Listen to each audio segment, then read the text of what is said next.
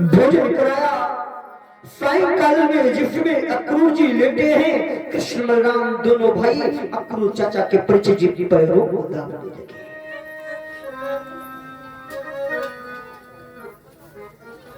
भगवान कन्हैया ने अक्रू चाचा से कहा, चाचा मथुरा से आ रहे हो ना? हाँ कन्हैया मथुरा से आ रहा हूँ। ये जरा बताओ मेरे मामा कंस के क्या समाचार है? अक्रू जी ने कहा, ठीक है कन्हैया। अक्रू जी ने विचार किया, कन्हैया लगता है तुम्हें मालूम नहीं है, जिसके लिए कुशल छेद पूछे वो तुम्हें मारने के लिए मेरे द्वारा तुम्हें बुलाया। कन्हैया ने कहा, चाचा हम और दोनों भाई ग्वाल वालों के साथ में जिसमें गौचारण करने के लिए यमुना के किनारे गया था, तो सारे ग्वाल आपस में बात कर रहे थे कि तुम्हारे मामा कंस के यहाँ धनुष यज्ञ का कार्यक्रम होगा। जरा बताओ चाचा, क्या धनुष यज्ञ का कार्यक्रम है कि नहीं है? भक्त माता अक्रू जी मौन हो गए। कन्हैया ने कहा, चाचा सारे ग्वाल आपस में बात कर रहे थे, उस धनुष यज्ञ के कार्यक्रम में हम दोनों भाइयों को बुलाया जाएगा। चाचा बताओ, क्या मेरे मामा कंस ने मुझे बुलाया नहीं है? अक्रू जी नहीं बोले। लेकिन परिचय जी, भगवान तो सब कुछ जानते हैं। चींटी के घुघरू बाजे सोहू साहब जाने, एक दिन में चींटी कितने कदम चलती है, मेरे भगवान को तो हर क्षण की रिपोर्ट रहती है। कन्हैया ने कहा, चाचा तुम्हें गाय बछड़ों की सौगंध है, यमुना मैया की सौगंध है, गोधन की सौगंध है। चाचा बताओ, क्या तुम मुझे बुलाने तो नहीं आए हो? भक्त माताओं अक्रू जी फिर भी नहीं बोले। कन्हैया ने कहा, चाचा तुम्हें बड़े भैया बलराम की सौगंध है, इस भक्ति के कृष्ण की सौगंध है, बाबा नंद की सौगंध है, मैया यशोदा की सौगंध है। बाबा चाचा बताओ, क्या तुम मुझे बुलाने तो नहीं आए हो? भक्त माताओं अक्रू जी फिर भी नहीं बोले। कन्हैया ने कहा, चाचा तुम्हें मेरे पिता वसुदेव की सौगंध है, मेरी मैया देवकी की सौगंध है। चाचा बताओ, क्या तुम मुझे बुलाने तो नहीं आए हो? और भक्त माताओं जो वसुदेव देवकी की सौगंध को खिलाया, अक्रू जी फट करके रोने लगे। कन्हैया तुमने ये क्या कह दिया? मैं तुमको कभी नहीं बताता, लेकिन तुमने अपनी सौगंध खिला दी, कोई बात नहीं। गोधन गाय बछड़ों की सौगंध खिलाती, कोई बात नहीं, लेकिन अब तो मुझे बताना पड़ेगा। कन्हैया तुमने तो देवकी की सौगंध खिला दी, जिसने तुमको जन्म लेने के बाद में अपने स्तन का पान भी नहीं करा पाया, लाल तुम्हारे मुख का चुंबन भी नहीं किया। मैं कभी नहीं बताता, लेकिन उस देवकी की सौगंध खिला दी। कन्हैया तो मुझे बताना पड़ेगा। कन्हैया मैं तुम्हें बुलाने के लिए ही आया। उसी समय भक्त माता अक्रू जी ने पत्र को लेकर के नंद बाबा के हाथों में दिया। नंद जी ने जिस पत्र को खोल करके पढ़ा, उस पत्र में जानते हो क्या लिखा था? नंद जी ने जो पत्र को खोला, पत्र में देखा, पत्र में लिखा था कि बुलाए दुल्हना, बुलाए दुल्हना, दोहे नंदना, बुलाए दुल्हना।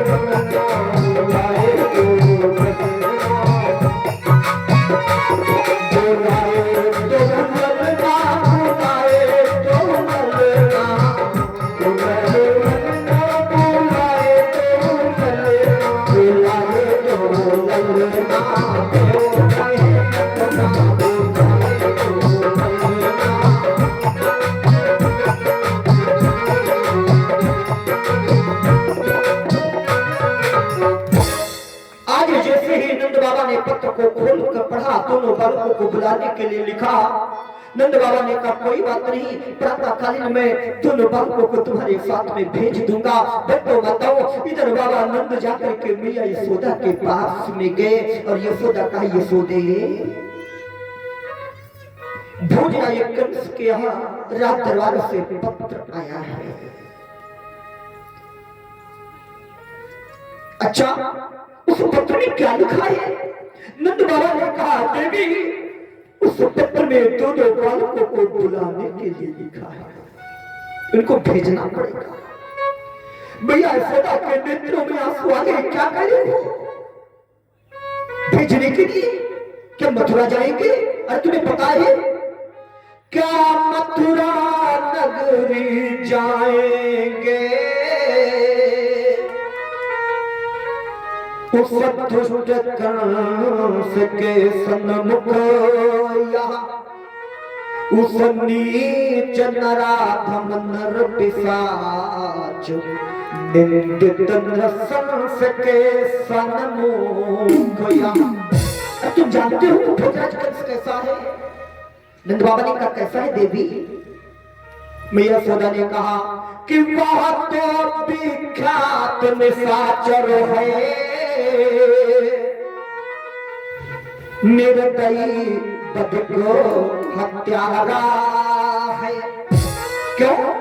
क्योंकि देवकी बहन के लालों को जिसने गिन गिन कर मारा है, जिसने देवकी बहन के एक नहीं, दो नहीं, तीन नहीं, चार नहीं, पांच नहीं, छह लालों को पटक पटक करके मार दिया। मैं ऐसे हत्यारे के पास अपने बालकों को नहीं भेजूंगी। नंद बाबा ने कहा देवी मैंने हाँ कर दिया है, और हाँ करके अगर बदला करूंगा तो मेरी बात खराब हो जाएगी। मैया यशोदा ने कहा अगर तुमने हाँ कर दिया तब तो भेजना पड़ेगा।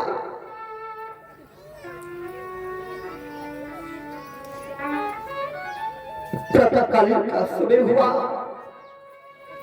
भगवान कन्हैया कृष्ण बलराम दोनों भाइयों ने स्नान किया, सुंदर सुंदर वस्त्र पहने। अक्रूर चाचा से कहा चाचा रथ तैयार करो। और भक्तों बताओ, जिसमें अक्रूर जी ने रथ को तैयार किया, अब तो सारे गोकुल धाम में मालूम हो गया दोनों भाई कृष्ण बलराम दोनों भाई गोकुल को छोड़ करके मथुरा जा रहे हैं।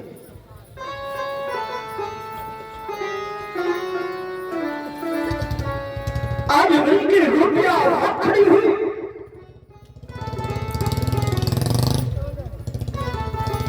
इधर कृष्ण बलराम दोनों भाई रथ पर सवार हुए और अक्रूर चाचा से कहा चाचा रथ को बढ़ाओ।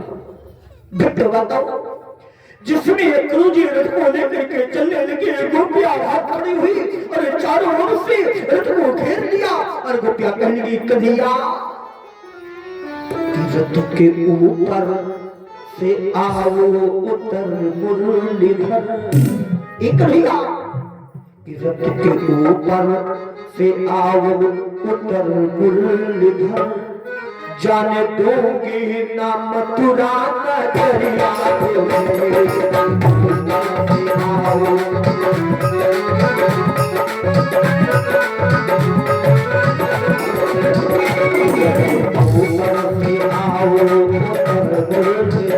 जाने दूंगी ना मथुरा नगरिया।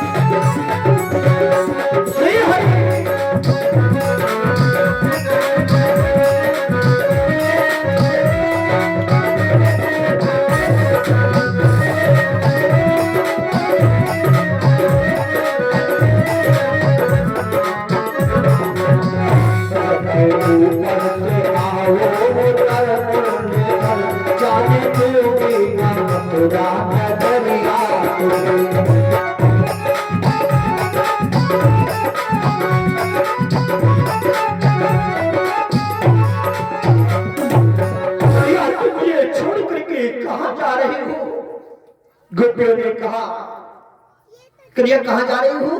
कन्हैया ने कहा, गोपियों मैं अपने मामा से मिलने के लिए जा रहा हूँ। अच्छा मथुरा जा रही हो? बोले हाँ हाँ। गोपिया कहेगी, कन्हैया अगर तुम अपने मामा से मिलने के लिए जा रहे हो तो एक बात बताओ कि तुम मथुरा कुंभोहन जाओगे? जा रहे हो ना मथुरा? कि तुम मथुरा कुंभोहन जाओगे? जरा ये तो बताओ कब आओगे?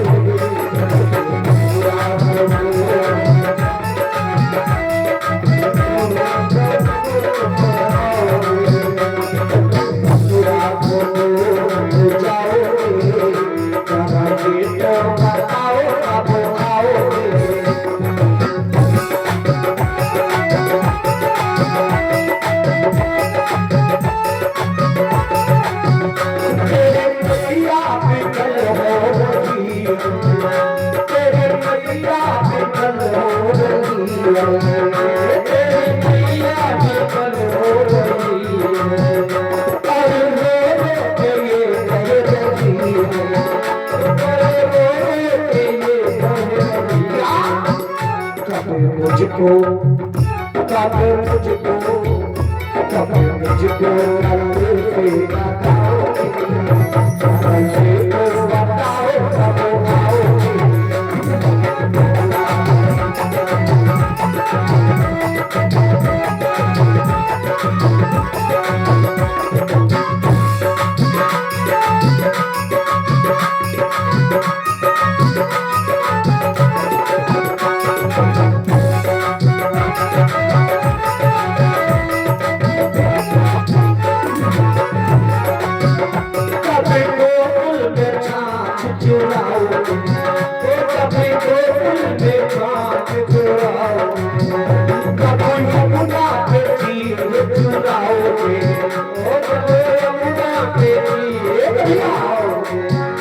मुझे काफी को मुझे काफी को मुझे काफी को कब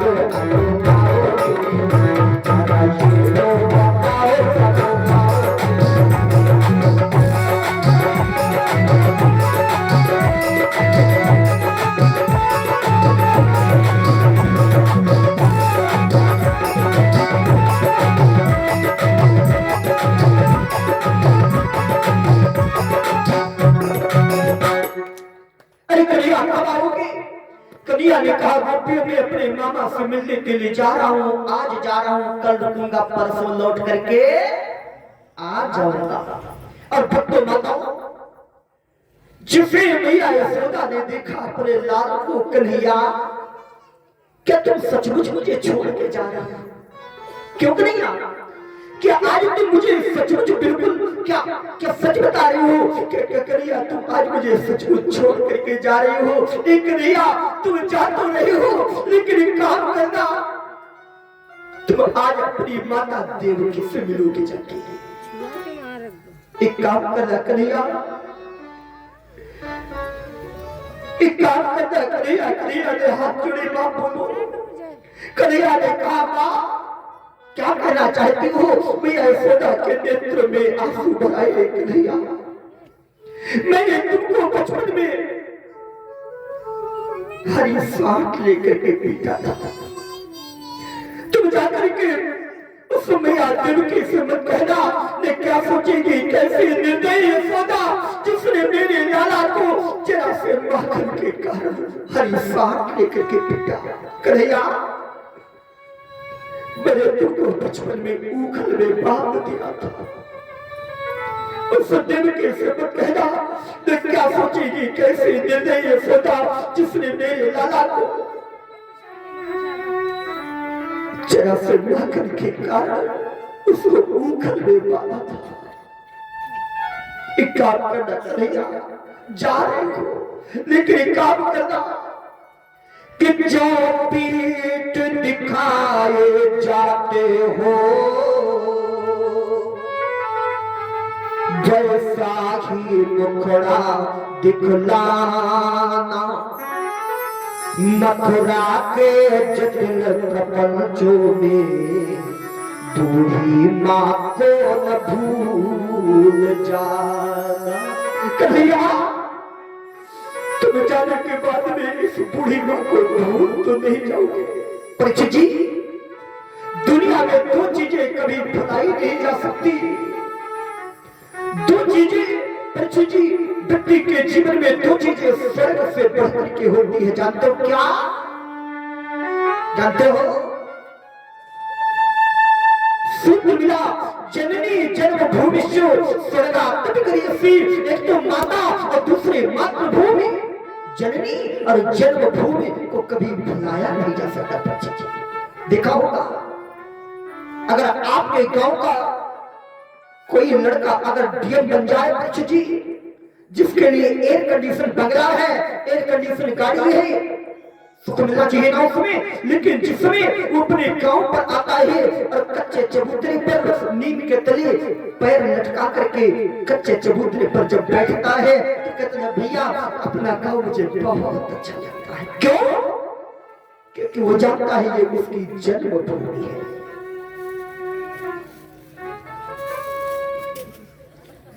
ये उसकी जन्मभूमि है। एक काम करना करेगा,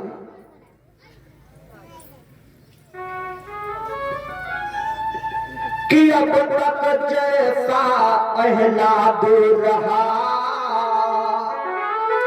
वैसा ही प्रेम प्रसाद रहे।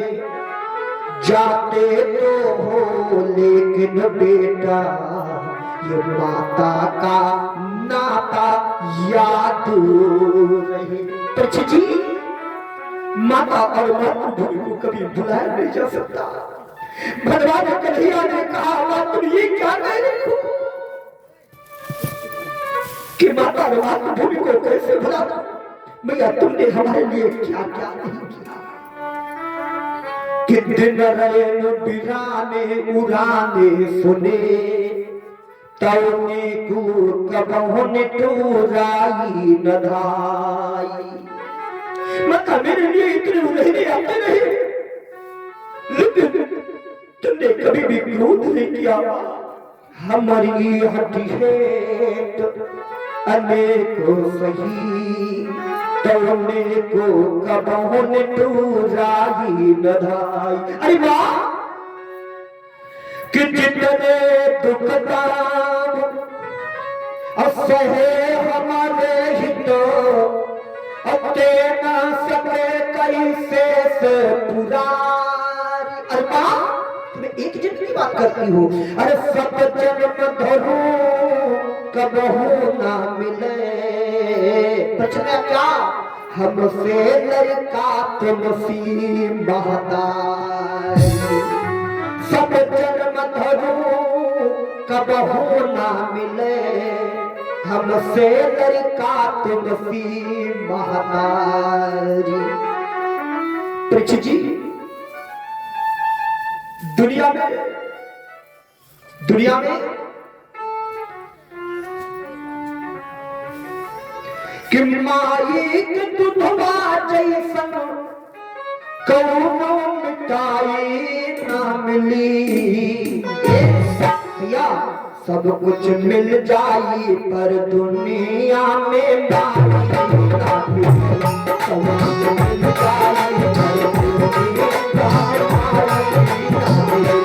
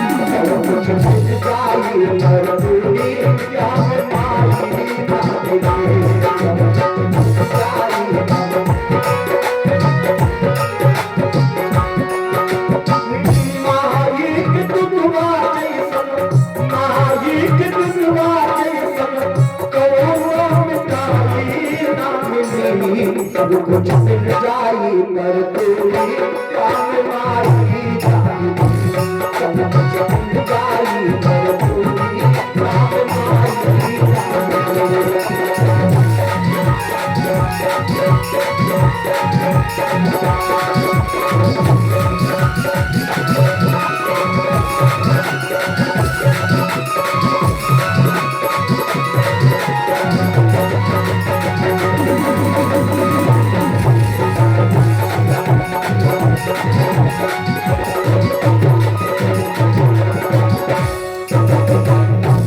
भैया कि मिल जाते संसार में ये भैया और पत्नी पुत्र हजार,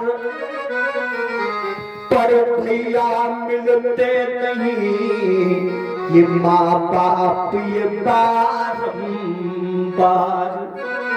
दुनिया में सब कुछ मिल जाएगा लेकिन ये माँ बाप फिर दोबारा नहीं मिलते हैं। इसलिए भक्तों मैं कहीं करवत निवेदन करता हूं कि माता पिता का सम्मान किया करो, माता पिता को सब कुछ करना लेकिन माता पिता को कभी दुखी मत करना। मैं तो हमेशा एक ही बार अपने नौजवान भाइयों से मैं नित्य प्रति निवेदन करता हूं, अरे प्यारे तेरे जीवन में खुशियां तमाम आएगी, तेरे जीवन में खुशियां तमाम आएगी, लेना की दुआएं तेरे काम आएगी।